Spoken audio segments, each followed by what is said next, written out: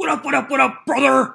Today we're going to take a look at what the world looks like when Hulkamania runs wild on a press tour of exaggerations and incredulous interviews. We're going to train, we're going to take our vitamins, and we're going to take any story that's mildly interesting or fascinating and insert ourselves right in the middle of it.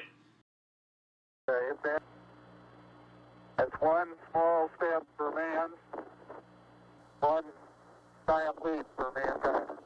The ship is gonna suck us down. Take a deep breath when I say.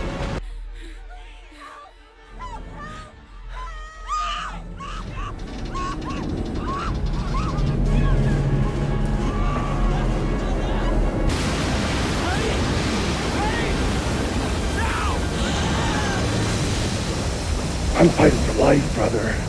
I'm fighting for all those people that have remolded their lives, man. That's right, brother. Today, we're going to recount the fabulous fails of the man that made wrestling. The Hulkster, Terry Bollea, Hulk effing Hogan. Okay. Oh, God. I can't. Oh, I can't do that voice anymore. It hurts. Alright, fucking A. Hogan. Okay, fucking A. He has been investing in one of these marijuana CBD companies, like everybody has lately. It's fucking odd everyone's getting into these, but regardless. So, to promote this new company, he's been on Joe Rogan, Theo Vaughn, Men's Health and Fit, you name it, just doing all the interviews. And obviously, during said interviews, because the Hulk has naturally lived through some pretty wild shit. Like, you know, the 80s with Rocky, Mr. T, and like, he was out there in the zeitgeist. He was very much part of main center media. So he lived through some pretty crazy shit. So a lot of these stories come from a germ of truth. And interviewers want to pry into some of these escapades. Escapades which the Hulkster is more than willing to elaborate and frequently embellish upon. He has gone so far as to propout such wild accounts as he was asked by both the Rolling Stones and Metallica to be their bass player, and that he was scouted by the New York Yankees to be their starting pitcher. These are both things this man has said. The craziest part about all of these lies, right, is they're all very easily debunked.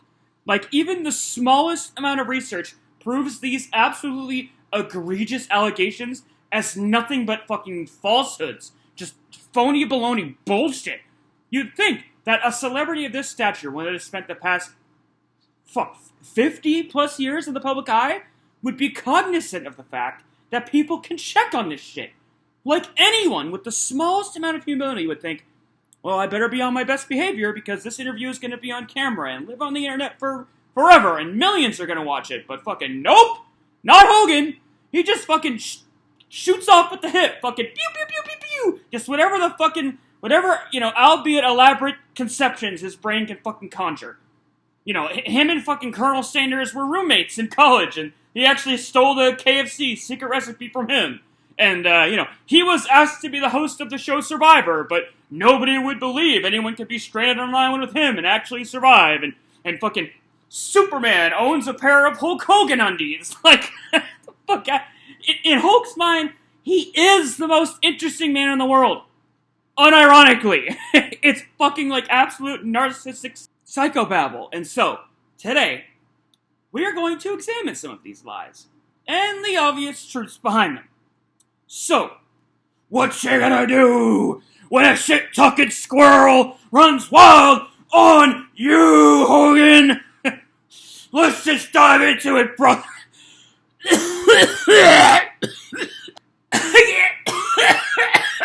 I can't just play the fucking thing.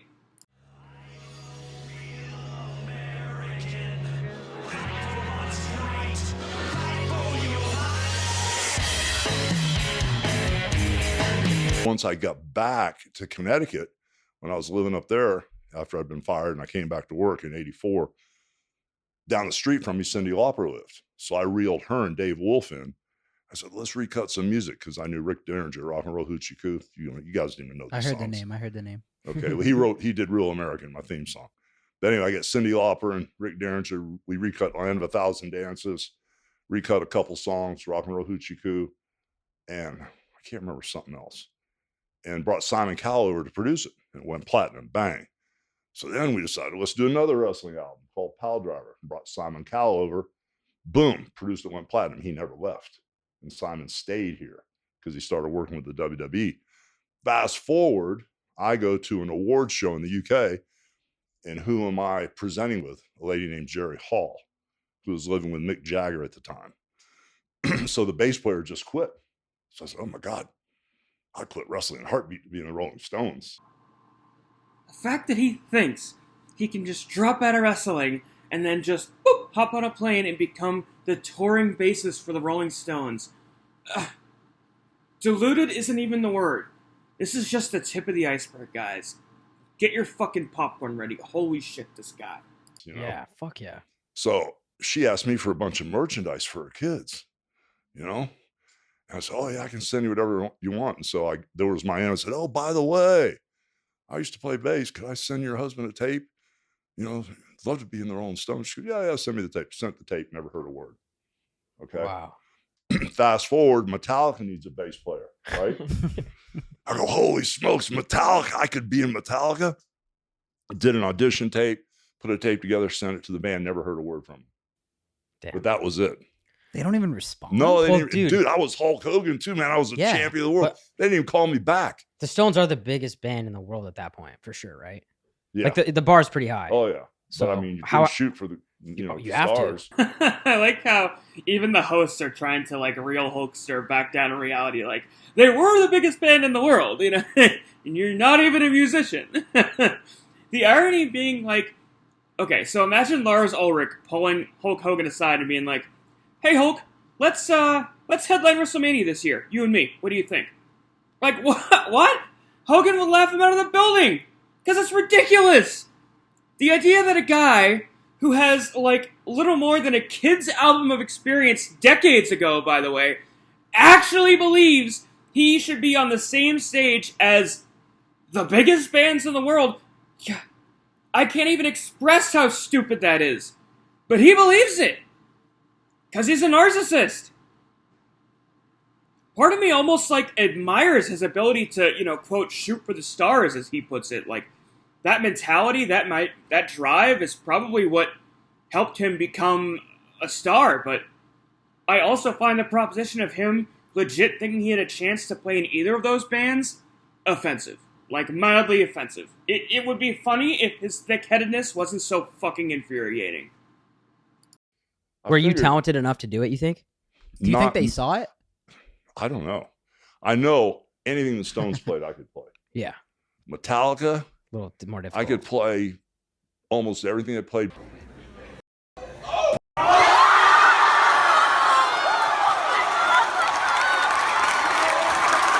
So this isn't even actually where this story begins. You know the old saying, like, it's not hard to keep track of the truth? Well, that stems from the idea that when you're constantly lying, it'd be hard to keep track of who you're lying to and about what, and this is very much the case with Hogan, because he does it in such a public forum, it'll all end up biting him in the butt later on when he gets confronted by this stuff. So, according to Sportster magazine, this lie was the aftermath of an even bigger lie. According to them, Hogan says, I used to be a session musician before I was a wrestler. I played bass guitar. I was big pals with Lars Ulrich, and he asked me if I wanted to play bass with Metallica in the early days, but it didn't work out. Which is really funny, because we just heard Hulk say this. I'm surprised you never met them. Never met them, never heard back from any of them. So obviously Hulk needs to adjust or alter this whale of a tale he's yarning about, you know, just waxing poetic about almost being the bassist of Metallica. Eventually, Howard Stern gets wind of this tall tale. And so, the next time Lars Ulrich, you know, Hulk's buddy, the next time Ulrich is on Stern, he asks him about it, to which Lars simply replies, Hulk who? Oof! Massive L. So now the story changes again. According to Metal Injection magazine, and this is now canon now, we're now caught up to modern day Hulk lies, Hulk says, quote, I heard that Metallica needed a bass player, and brother, I was writing letters, made a tape of myself playing and sent it to their management company. Kept making calls trying to get through. I tried for 2 weeks and never heard a word back from them either.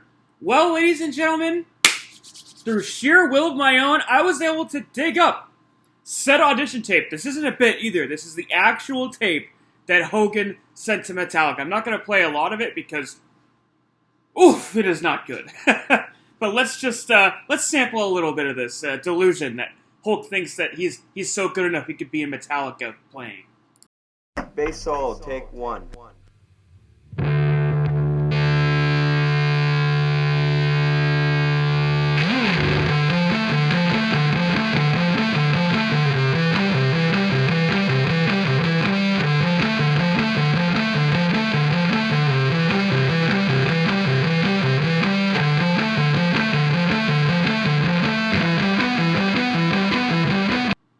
Oh, I had to turn that crap. I mean, it's not like terrible bass playing, but to assume that you're sending this out to Metallica, it's just, oh, such a fucking jackass. I can't stand it!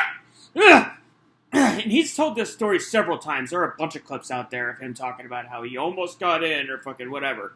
But he was on Opie and Anthony, and they kind of gave it to him a little bit. I just want to play this real quick as we wrap this up, because they do kind of rip on him a little bit. I love it. Metallica needed a bass player, and oh my God, would I love to be in Metallica. So I put the word out everywhere. I wanted to get an audition to be in Metallica. I'd never heard from them either. What year was this? This is, you were already big, you were famous. Well, I quit playing music when I started wrestling in 77, you know. Uh-huh. And this was, I don't know. This was See, he's Hulk Hogan, and he still wants to be a rock star. No, Everyone wants to be man. a goddamn rock star. Brother, can you imagine being in Metallica? Exactly. It would be huge. Are you kidding me? Yes. Did you think it might be a little inappropriate, though, since you hadn't played bass in 10 years, to say to the Stones, I'm ready for the job?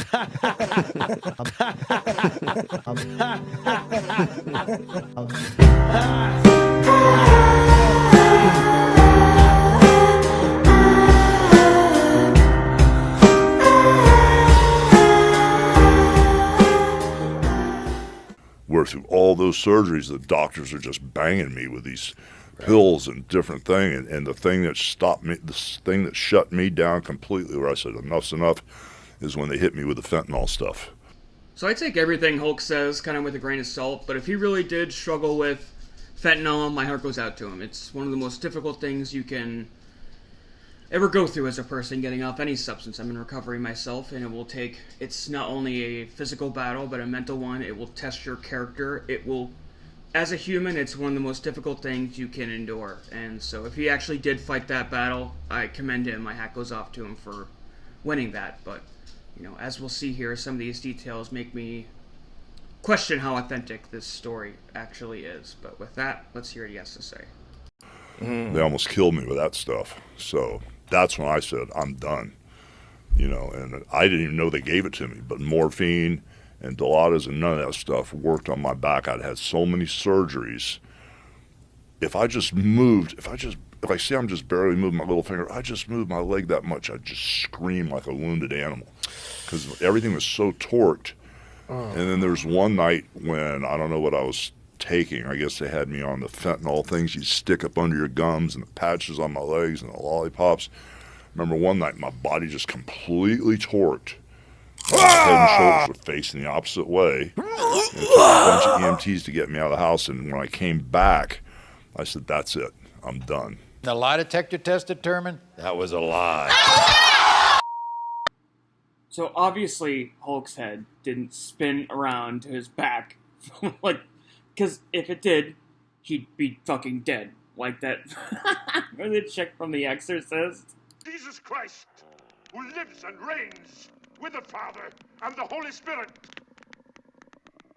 Damien! And what you gonna do when Hulkamania and the largest arms in the world run wild on you? You know, and I called one of my buddies in LA and they prescribed the fentanyl to me.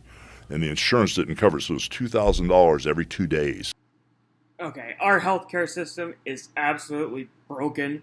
So if you didn't have insurance, it's very possible that it did cost that much. I'm not doubting that. What I am doubting is that he actually was buying that much. Because I just did the math out. That's $364,000 a year in fucking pain meds. Like, he's not that stupid. You could just get him off the street. So, I'm calling bullshit. And not all the way. I'm the bullshit detector. This is like an air poop. Like fart. Like, I smell it, but I'm not positive it's 100% bullshit. I'm getting a whiff. But who's to really say for sure? And the pharmacist says, I've never seen anybody on so much fentanyl and still be alive. And so that was the prescription they were giving me because my back was so bad. They cut on me so much and compromised the structural integrity of my back by cutting so much bone away that I was just a mess, you know. And so 1 year, if I went to LA, another buddy of mine in Atlanta said, I can get you off it in 6 months. And I laid out everything I had, and I said, I'm going to get off this crap in 2 weeks. 2 weeks. And I had these 150 milligram patches that go on my legs, and they would give me these 280 fentanyl pills, and you'd have to stuff them under your gums in the morning and then at night. And they were giving me 15 of these 1,500 milligram lollipop things to eat during the day. That's how drugged up they had me. And in 2 weeks, I laid it all out, and I told my ex-wife at the time, I'm going upstairs, bring me about 15 gallons of water. I don't want to see anybody. Yeah, wow, actually, I'm surprised. This is pretty spot on. You're gonna cut that shit cold turkey. That's what it looks like. Yeah, it's about 2 weeks. Leave me alone. I need to be alone in a bed with a bunch of water. You're gonna have no appetite. You're not gonna eat anything. You're not gonna sleep. You're just gonna lay in that bed for 2 weeks, just wiggling, just going crazy in a bed. Just can't sit still, exhausted, want to die. So yeah, point and Hulk on this one. This passes the sniff test. I think he's being legit here. Who's to say though? And first thing I did was cut the patches in half and put them on my legs like an idiot. And I called my pain doctor and told him what I did. He goes, take that shit off your legs. That's how people overdose. You know, because they're time released. And here I'm cutting them in half and putting them on my legs, so I'm getting the full blown. Oh no! Yeah, so I pulled them right off. Thank God. I mean, I called him right away to tell him what I did, and so that would have been my first mistake, you know. But I sat up there, and I was there almost 2.5 weeks, and I sweated through the bed, all the way through the mattress and stuff several times. I had people come in and check on me, and I saw my ex-wife's teeth come out and talk to me. And I saw a plastic squirt gun come out of her chest. Okay, there it is. I knew you were gonna get there eventually. You don't fucking hallucinate when you're detoxing from opioids. You can hallucinate, I think, if you're coming off alcohol, but it's rare. I mean, he doesn't know what he's talking about. You know, it sounded sort of weird too because he was getting mixed up. Like at one point, he's talking about going up to his attic and getting off of it, but then he jumps into a story about putting the patches on his legs. Like, what? Your story doesn't make sense. Are you getting off of it? Or you just he's a mess. Lies. Put that up. Liar! You liar! And this is coming off the fentanyl. Wow. But when I came off the fentanyl, I'd lost 35 pounds. Wow. And the only other time I had it was when and I was clean, completely done. The only other time I had it was after a shoulder surgery when I got an infection. They had me on a drip line. And I kept telling the infectious disease doctor, I feel like my light's going out, brother. Every time I do a 2-hour drip in the morning and a 2-hour drip at night, I feel like my light's going out, like I'm slowly dying. And, you know, the infectious disease doctor goes, well, I give this same dose to 80-year-old ladies. You need to man up. So I went, okay. You know, I'll man up. And about day 13, I went down, and I told my housekeeper, I said, Jay, I feel like I'm going to faint. And I passed out, did the splits, balls and butt on the ground, never done the splits in my life. Hip pops out, knee replacement pops out. And when I wake up, the EMTs are sticking a needle in my arm. I'm going, what is that? And they're going, oh, we're giving you something for pain. I said, well, what is it? They go, fentanyl. I went, oh, my God. The lie detector test determined that was a lie. Oh, god damn. That's great. There's no way the EMTs did that. Oh, he's unconscious. Rather than getting him up and taking him to the hospital where there's doctors, yeah, they're going to take the time to pump you full of pain meds while you're asleep. I worked at an ambulance for a while. If somebody's knocked out, we're not taking the time to pump you full of pain meds. We're getting you to the fucking hospital with the doctor. The sooner we get there, the better. That way the fucking doctors can figure out what to do. Ugh. And most ambulances, they had even back when it was morphine, not fentanyl. I mean, things might have changed. To be fair, I'll throw my hands up and say, okay, maybe. But it was pretty rare that somebody got pain meds in the ambulance. Let them deal with that at the hospital. It's really not, like, unless you're a paramedic, or actually, I guess the EMTI was back when I had it, but now it's EMTA, so maybe, even so, no. Bullshit. Bullshit. Bullshit.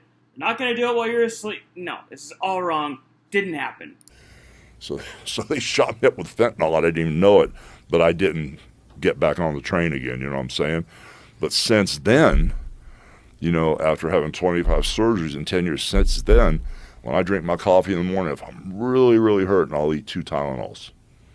You know, and then later in the day, if it was to get really bad, because I need a cup of coffee about 4 in the afternoon because I'll start to nosedive, sometimes I'll take 2 more Tylenols later in the day, sometimes I won't, but done with it all. That's why the stuff we brought in, what I've seen with all my buddies and all my wrestlers, there's got to be a better way than these opioids and crap, you know. To Hulk's credit here, CBD and cannabinoids are safe alternatives to narcotic pain medications, and, you know, especially for those who may be susceptible to addiction, it's non-habit forming. A lot of people who suffer from chronic pain, they're like getting a new lease on life. So I'm all for these CBD companies, and if Hulk can preach that message and prevent even one person from falling down that same path that I did of getting hooked on pain meds and then just spiraling, you know, I'm all for it. So I'm not going to clown on him too bad for this. I actually kind of support it. So let's get back to the lies, though. Let's examine some of these other claims. Honestly, there are so many. I can't fit all of them in this video. So let's do this speed round style. You know, it's just a beep, beep, beep, beep. Let's see some of these that he's shooting off at the head. Beep, beep, beep, beep, beep.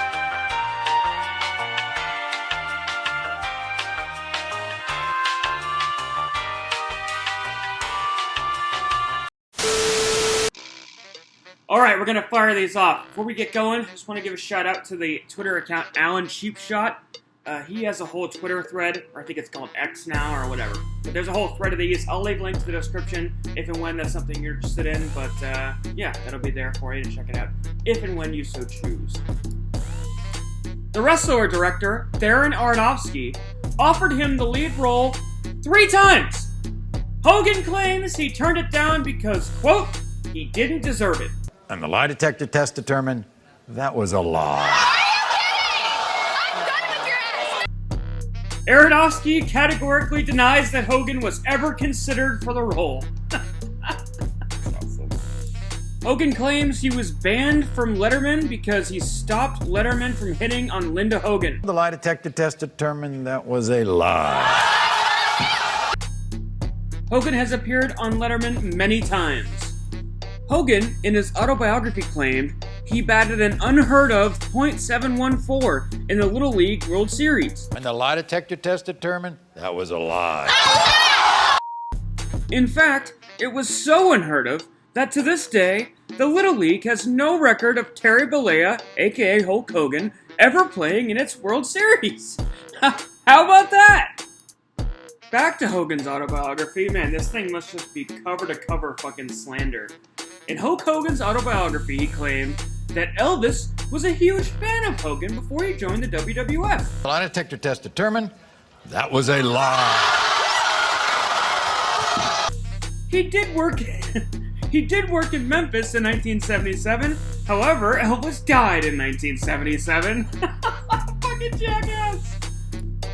Oh, I love this one. Hulk said he used to be 6'9", but now, after his back and knee surgeries, he's only 6'4". The lie detector test determined that was a lie. A staggering 5 inches. What? I heard this on Jim Cornette. He goes, "Oh, he must have had the Cotton Hill surgery. The fucking he guys know what Cotton Hill is. He had his shins removed from the war." 5 inches. Don't sass me, boy. You ain't too big for me to give you a licking. Oh, Dad, you old skunk. Come on, grease monkey. Oh, here we go. This one's one of my favorites. Hogan once claimed that Andre took a dump in a hotel bathtub so big it filled all the way to the taps. That was a lie. No, it fucking did. get it. I don't care how big this fucking supposed turd was. I don't care how big Andre is. It's not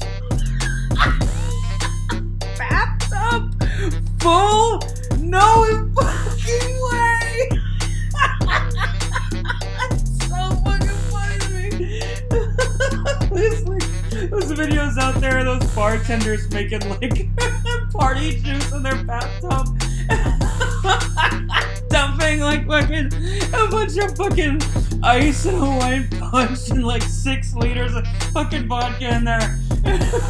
Meanwhile, back in the 80s, in the WWF, Andre's just filling bathtubs full of shit. According to Hulk, Linda Hogan was extremely jealous and paranoid about Hulk being away in Hollywood.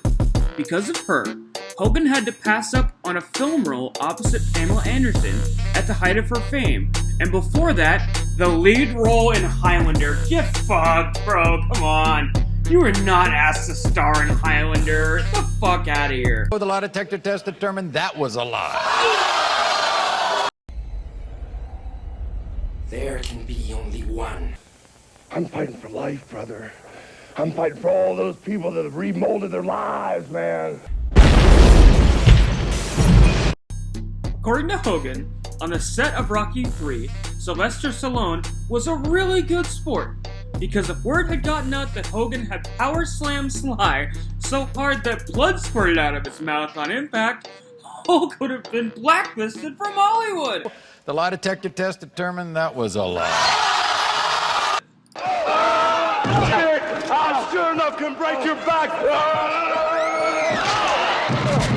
Russia.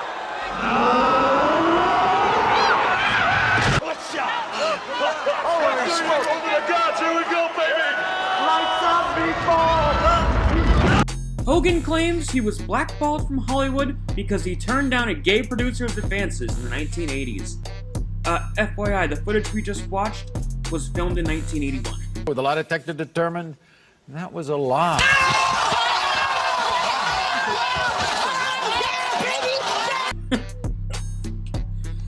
Oh, this guy is a liar. A lifelong fan of wrestling, Hogan grew up watching his hero Dusty Rhodes on TV. It was at Hogan's first live event, when he was 9 years old, that the young Hulkster saw Dusty Rhodes beat Dory Funk Sr., and he has been hooked ever since. The lie detector test determined that was a lie. This, however, would be problematic, as Dusty did not even debut until 1967, when Hulk was 14. You can do the math for your own on that one. Womp womp. Hogan claimed that he was asked to join a popular startup company known as the UFC.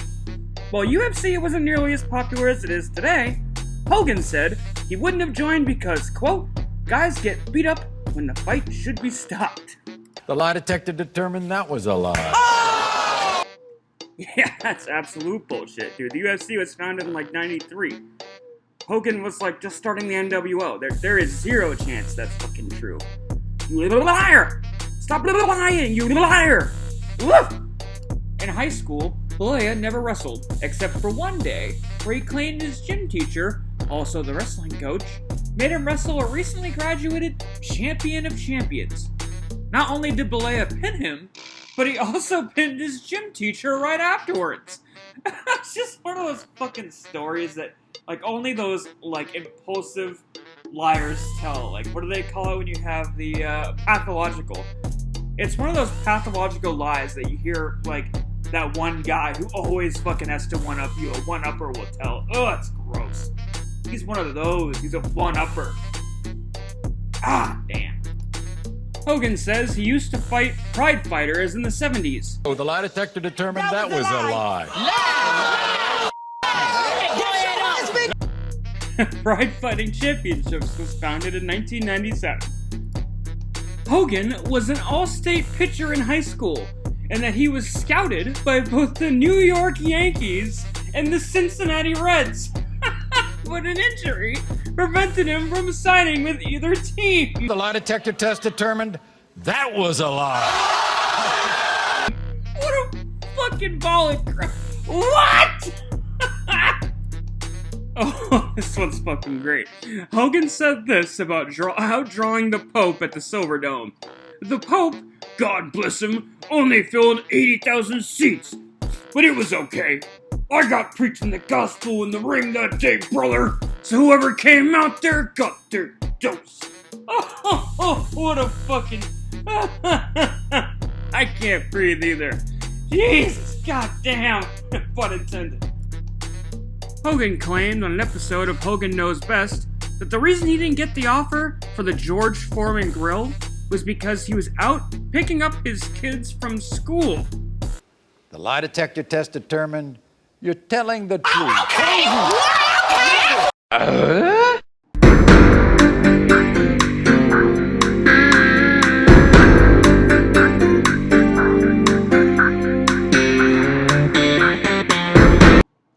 Yeah, apparently this one is, like, actually kind of fucking true. Let's cut to Eric Bischoff on his podcast, 83 Weeks, where confirms that, yeah, Hulk was actually considered first for the George Foreman grill. I cannot wait to ask you about this. Around this same time, Hulk Hogan is on the road selling the Hulk Hogan Thunder Mixer, brother. It's a blender of sorts. You've probably seen these sort of shaker type things. And during these trips, of course, he's in full NWO gear, but he's explaining that he hasn't changed, brother. He just got tired of all the politics and the big pro wrestling organizations and decided to form his own company. Chat me up. What did you think of the Hulk Hogan Thunder Mixer? Hulk was still reeling from the fact that the George Foreman grill was originally, it could have been his. It could have been the Hulk Hogan grill instead of the George Foreman grill. And in case any of our listeners haven't heard the story, and I know it's been told before, but I haven't, so here you go. Hulk Hogan and George Foreman had the same attorney by the name of Henry Holmes. Henry was a big time. He represented a lot of boxers, promoters. He was a really, really, really big time guy in the boxing world, as well as general entertainment. He had a lot of, Barbra Streisand, I think, was a client for a while. Who was the Baywatch fraudulent? Hasselhoff? No, the chick. Oh, Pamela Anderson. Pamela Anderson. He was Pamela Anderson's attorney. He had a lot of Martina Navratilova, Billie Jean King. He was pretty well-rounded entertainment guy, sports guy. But anyway, both Hulk Hogan and George Foreman shared Henry as an attorney. Henry picked up the phone one day because this grill came to him, and they were looking, the manufacturers or distributors of this grill were looking for a celebrity to attach to it. So they got a hold of Henry. Henry immediately put a phone call into Hulk, because Hulk was hotter than hell at that time, and it probably actually made the most sense, and probably would have done as well as George. But Henry put in a call to Hulk, and Hulk wasn't home. He was taking his kids to school or out with his kids or whatever the deal was. And this is before cell phones, all right? So Henry left a message on Hulk's answering machine. Time went by, no answer. And the distributors of this grill, they were really anxious to get somebody locked in. So Henry called George, and George took the deal and went on to make probably $150 million. Henry, I'm pulling that number out of thin air, but it was a massive amount of money. Yeah.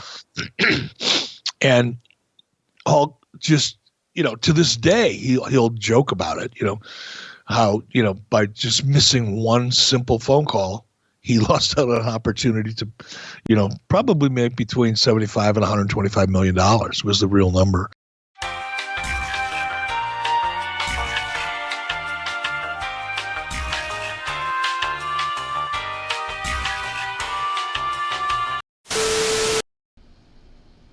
So, according to Hulk's other book, My Life Outside the Ring, Hulk wrestled 400 days in a year because he was traveling back and forth to Japan so much, he gained an extra some odd 40 days on top of the standard at 350. It's so ridiculous. According to him, quote, "The American audience had no idea that I was wrestling in Japan during the whole Hulkamania thing. There were times when I'd fly back and forth to Japan twice in a week just to wrestle. I used to complain about driving 9 hours between matches in the Memphis territory. Now, it was nothing to wrestle in Madison Square Garden one day, then fly all the way to the Egg Dome in Tokyo in the same day. Because you'd gain 14 hours and then fly back to the West Coast and hit San Francisco or LA. Before getting right back on a plane to fly to Narita International Airport before jumping on another plane to fly back to Boston. Oh, this just goes to show not only is this man a pathological liar, he's also about as sharp as like a sack of oranges, because when you travel in and out of time zones like that, you lose time, not gain it. Like, I don't know what's worse, this guy's fundamental misunderstanding of how time zones work, or his off-the-chart delusions of grandeur, placing him in his own Superman 2 flying around the world moment of, he's bending time and space. His lies they're tearing the very fabric of reality. He's omniscient. But yeah, there you go. From touring with the Rolling Stones to pitching for the New York Yankees, now he's tearing the time-space continuum with his incredible wrestling prowess. This guy, it's like one giant work. He's one tall tale away from just like being king of Earth with a big giant scepter and a throne. Oh my god. And, had he not been called out on some of this stuff, one can only imagine how guys this ego would have placed him. But yeah, there you go. Thanks so much for watching, guys. I know I haven't been posting a lot as of late. I'm thinking we're going to be making a shift in the content here pretty soon, and we're putting a lot of work into the podcast. I know a lot of you guys don't seem very interested in it, but if you are true crime fans, I really urge you guys to check out that show. Both Alistair and I worked really hard on it, and it really hasn't left a lot of time for this channel, but I'm going to try to get back to a regular upload schedule here in the next month or so. It's just not going to be the kind of content you guys are all probably used to. But I'm in no rush. I need to find inspiration again. Up until recently, I haven't had much to say. And the Zoom court thing really wasn't for me. So I'm just going to start making videos that I want to make. And the views will probably suffer in the face of that, but that's okay for now. I'd rather get 20 people watching a video that I'm really proud of than thousands of views on a video I really didn't have much of a hand in creating. So, with that, thanks so much for watching. All you guys who watch these videos, I really appreciate you. And hopefully you'll give me a chance on some of the new content, if and when it comes out in the near future. So with that, I will see you soon. Thanks again for watching, and yeah, enjoy the rest of your week, guys. Bye now.